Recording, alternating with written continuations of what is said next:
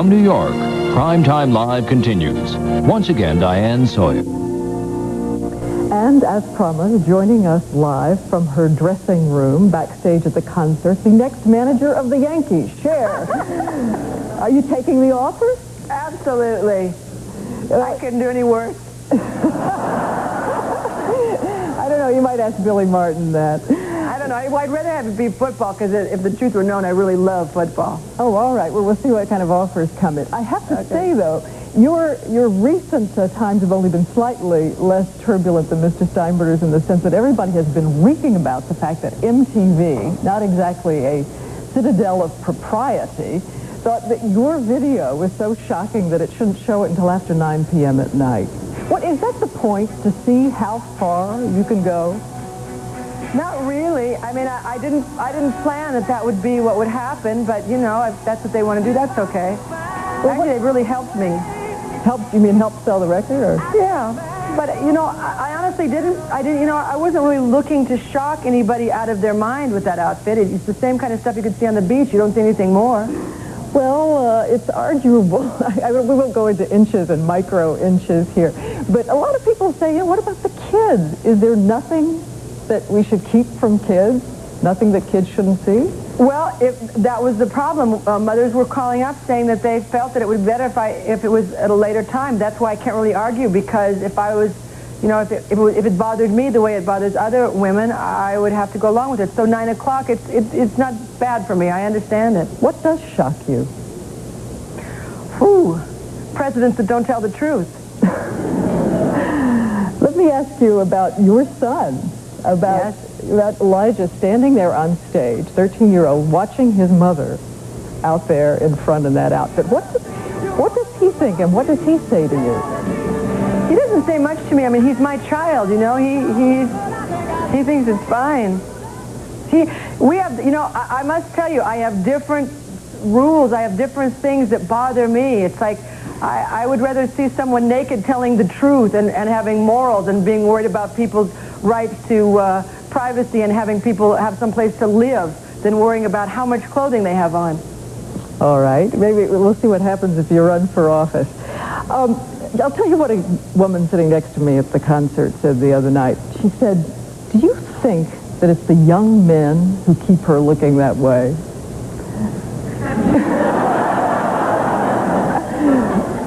I mean, she went on to say, she's shown that it's safe for anybody. Just do anything you want at any age and take them young if you can.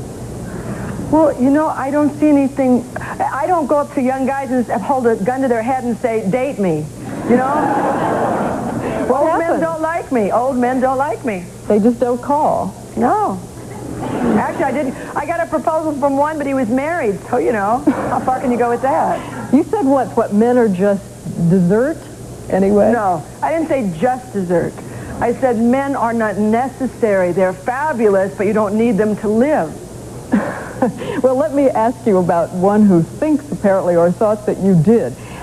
Doing my good journalistic duty here, I was handed a note which gave us this bulletin from the rock world, which says that Richie Sambora, your boyfriend, is rumored to be quitting Bon Jovi and going to marry you. Well, no, you're wrong on both counts. He's not quitting Bon Jovi, that's for sure, and we're not getting married. In fact, you said you wanted to apologize to him? Yes, I'm sorry. Honey, I'm sorry I was such a bitch tonight. I was nervous. I was real nervous about the show, and so when we talked today, I was just, I was awful. I was like majorly PMS, terrible. I'm sorry. Well, Cher, being Cher, what can one say? Thank you a lot. You got 2 to go. Good luck. Knock 'em dead. Thank you. Bye-bye, guys. Thanks for letting us be backstage. We'll be back. Primetime Live, brought to you by Kellogg's S.W. Graham, the family cereal that's wholesome, and then some.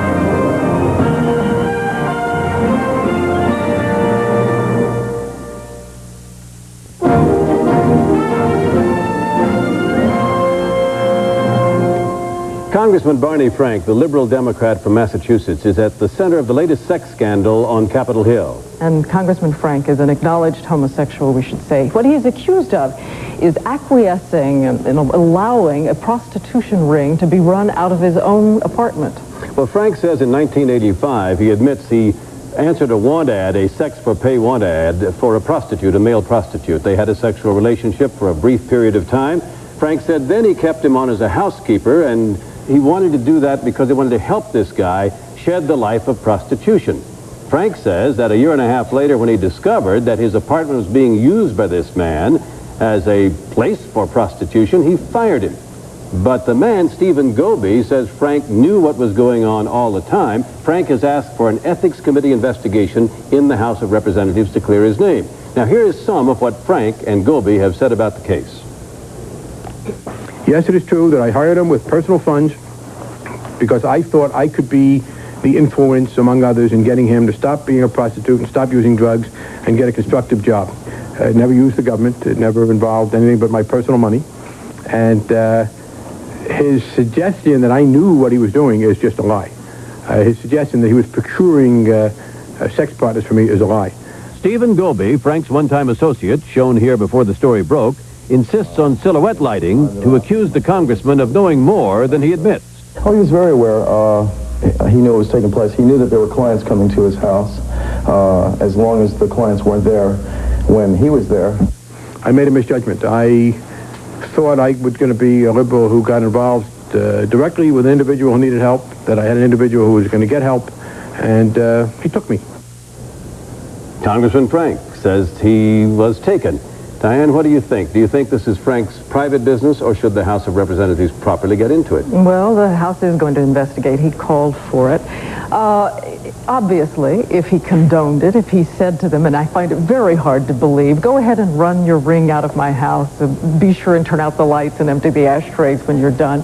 Obviously, they're going to reprimand him, and the voters are going to make the final decision. Yeah, if he didn't know, it is a different issue. Well, that's true, and homosexuality is not really the issue there. You put your finger on it. Was his apartment being used as a house of prostitution? I think some may find it very hard to believe that for a year and a half he didn't know this. He didn't have any signs of this. But the fact of the matter is, if they can't prove it, somebody in Washington has got to stop and say, because I think the rest of the country has said it a long time, how long are we going to continue to have this persistent, possibly prurient, but certainly punitive interest in people's private lives? When is it going to stop? Well, I think people's private lives, if they're public officials, if they're running for public office, are things that are up for grabs from the standpoint of the voters having a right to say, look, the guy wants to do this, it's fine, but I want to vote against him, so I want to know about it. You know, the thing that bothered me at first was that the Speaker of the House and some of the other top Democrats in the House seemed not to get excited about Congressman Frank's problem, not even to the point of investigating. And I think that's very dangerous for the House to take that attitude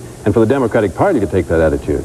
I think of the last 8 sex scandals, 6 have been Democrats, 2 have been Republicans, but nobody wants to get into that game of statistics. Nobody's going to win. I think everybody's human, but it doesn't matter the party. Everyone should be punished equally.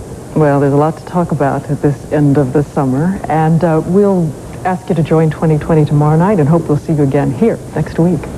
Nightline will be along later this evening with Ted Koppel, and they'll be looking at the start of World War II, which began on Friday. I'm Sam Donaldson, inviting you back next week at the same time for another edition of PrimeTime Live. This has been a presentation of ABC News, where more Americans get their news than from any other source.